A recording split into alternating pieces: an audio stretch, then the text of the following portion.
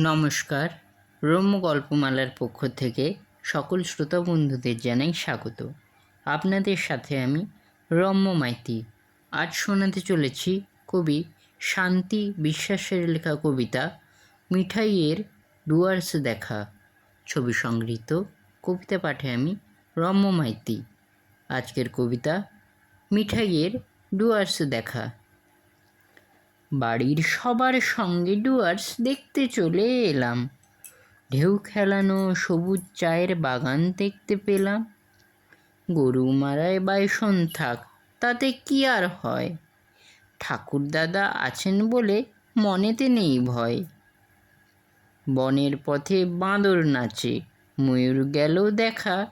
ঝর্ণা নদী আপন মনে যাচ্ছে বয়ে একা। হলং বনে খোলা জিপে হাতি গন্ডার দেখে বন বাংলোয় ফিরে এলাম মনটা বনে রেখে। দোতলাতে বসে দেখি সামনে নদী বয়। জ্যোৎস্না রাতে বনটা কেমন মায়াবী মনে হয়।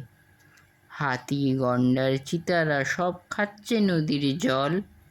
ঠাকুর দাদার কোলে বসে মন হলো চঞ্চল।